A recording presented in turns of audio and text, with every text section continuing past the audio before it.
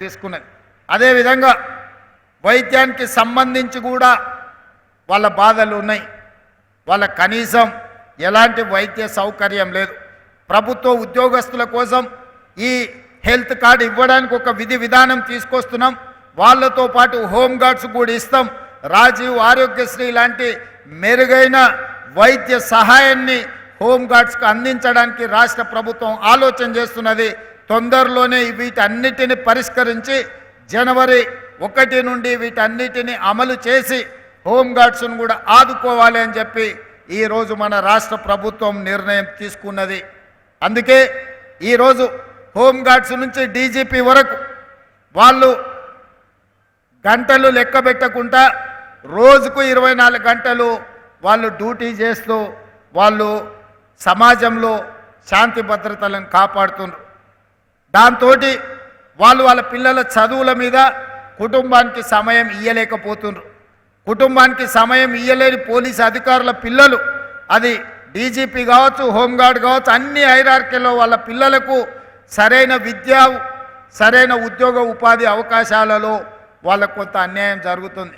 అందుకే నేను ఈరోజు ఆలోచన చేసిన, నేను డిఫెన్స్ కమిటీలో కూడా మెంబర్ నుండి పార్లమెంట్ సభ్యుడిగా ఉన్నప్పుడు నేషనల్ డిఫెన్స్ అకాడమీ లెవెల్లో, లేకపోతే సైనిక్ స్కూల్ లెవెల్లో, లేకపోతే ఈరోజు కేంద్రీయ విద్యాలయ లెవెల్లో పోలీసులకు కూడా స్కూల్ ఉండాలని యంగ్ ఇండియా పోలీస్ స్కూల్ అని చెప్పి గ్రేహాండ్స్ దగ్గర 50 ఎకరాల స్థలాన్ని కేటాయించి అంతర్జాతీయ ప్రమాణాలతో ఏ కార్పొరేట్ స్కూల్లో కూడా ఇంతకంటే మంచి విద్యా ప్రమాణాలకు ఉండే విధంగా ప్రతి కార్పొరేట్ స్కూల్తో పోటీ పడే విధంగా హైదరాబాద్ పబ్లిక్ స్కూల్ని తలదన్నే విధంగా ఈరోజు యంగ్ ఇండియా పోలీస్ స్కూల్ని వచ్చే అకాడమిక్ ఇయర్ని మనం ప్రారంభించుకుంటున్నాం.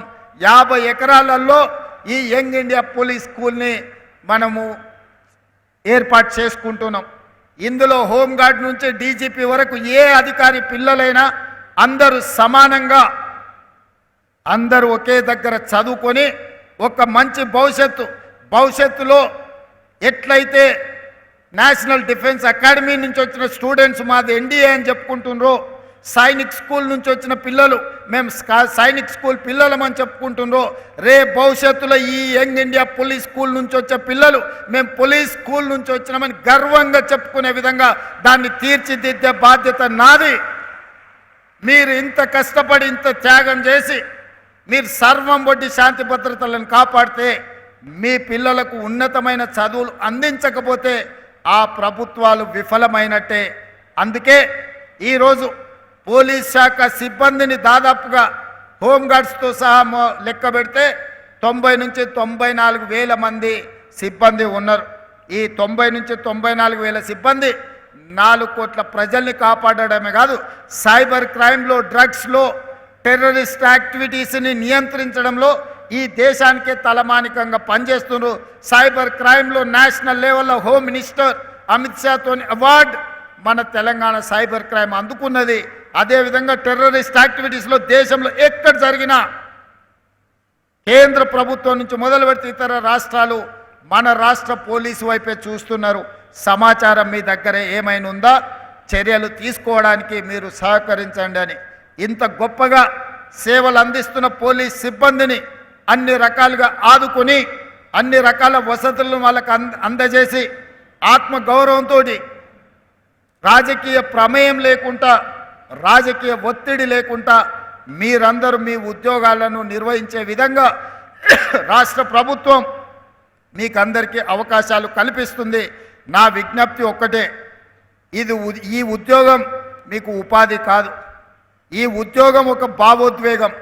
ఈ భావోద్వేగం తెలంగాణ రాష్ట్ర శాంతి భద్రతలను కాపాడడమే కాకుండా ప్రభుత్వం యొక్క ప్రతిష్టను పెంచే బాధ్యత మీ మీదనే ఉన్నది. మేమెంత చేసినా మీరు వ్యవహరించే విధానంతోనే ఈ ప్రభుత్వానికి పేరు ప్రతిష్టలు వస్తాయి. మీరు బాధితుల పట్ల గౌరవంగా, మర్యాదగా వ్యవహరించాలి. అప్పుడప్పుడు ఫ్రెండ్లీ పోలీసింగ్ అని నేను వింటుంటా. ఫ్రెండ్లీ పోలీసింగ్ అంటే క్రిమినల్స్తో ఫ్రెండ్లీగా ఉండమని కాదు. నేను స్పష్టంగా మా పోలీస్ మిత్రులకు నేను చెప్పదలుచుకున్నా.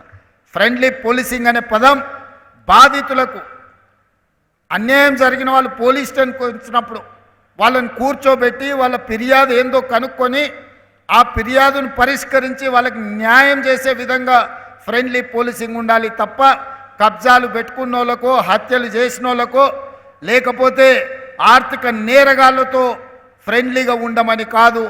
అందుకే ఫ్రెండ్లీ పోలీసింగ్ అనే దాన్ని రీడిఫైన్ చేసుకోండి. పోలీస్ అంటే నేరగాడు భయపడి తీరవలసిందే. పోలీస్ పేరు వినిపిస్తే కబ్జాకోరైనా డ్రగ్స్ వాడేవాడైనా లేకపోతే చెరువులను కుంటలను నాలాలను ఆక్రమించుకునే వాడైనా లేకపోతే నేరాలు చేయాలన్న ఆలోచన ఉన్నవాడు పోలీస్ పేరు చెప్తే భయపడాలి. వాళ్ళను భయపెట్టండి. బాధితుల పట్ల ఫ్రెండ్లీగా ఉండండి. అప్పుడే నిజమైన పోలీస్ వ్యవస్థకు గౌరవం పెరుగుతుంది. సమాజంలో అత్యధికంగా కష్టపడేది పోలీస్ వాళ్ళే, కానీ అత్యధికంగా విమర్శలు ఎదుర్కొనేది కూడా పోలీస్ వాళ్ళే. ఇది అందరు పోలీసుల వల్ల రావడం లేదు. కొద్దిమంది పోలీసుల వ్యవహారం అంత పోలీస్ వ్యవస్థకే చెడ్డ పేరు తెచ్చే విధంగా విమర్శల్ని ఎదుర్కొనే విధంగా పరిస్థితులు ఉంటున్నాయి. కాబట్టి ఈ ప్రభుత్వంలో మీకు స్వేచ్ఛ ఉంటుంది. ఈ స్వేచ్ఛ ప్రజాస్వామ్యాన్ని కాపాడడమే కాదు, ప్రజలకు అందుబాటులో ఉండి బాధితులను ఆదుకునే విధంగా ఈ స్వేచ్ఛ మీకు ఉంటుంది. నేరగాళ్ల పట్ల కఠినంగా వ్యవహరించండి. కొంతమంది డాపు దర్పం ప్రదర్శించడానికి పోలీస్ స్టేషన్లకు వచ్చి హడావిడియో చేస్తే చక్కగా తీసి బొక్కలేయండి అని నేను చెప్పదలుచుకున్నా.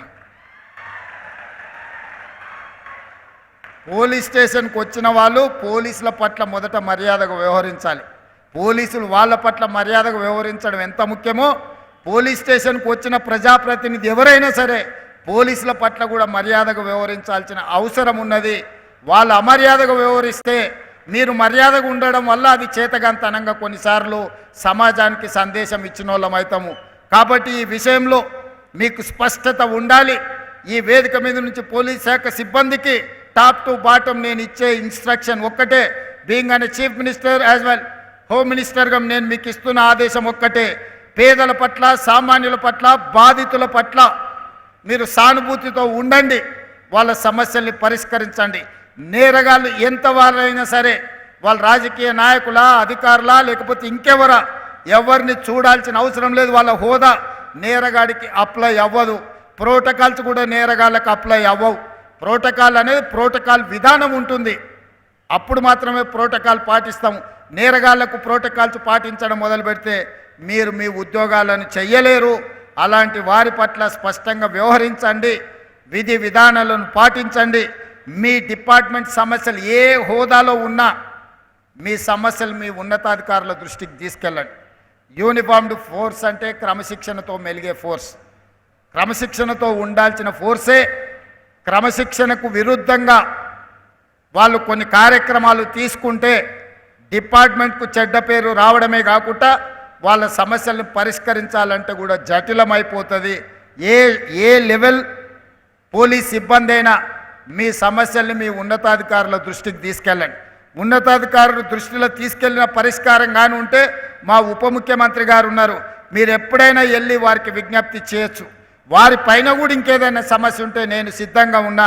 ఎప్పుడైనా మీ సమస్యలు వింటాను, మిమ్మల్ని కలుస్తాను. ఏదున్నా నా దృష్టికి తీసుకురండి. తెలంగాణలో ఉండే పోలీసులు సమస్యల్లో ఉండకూడదు.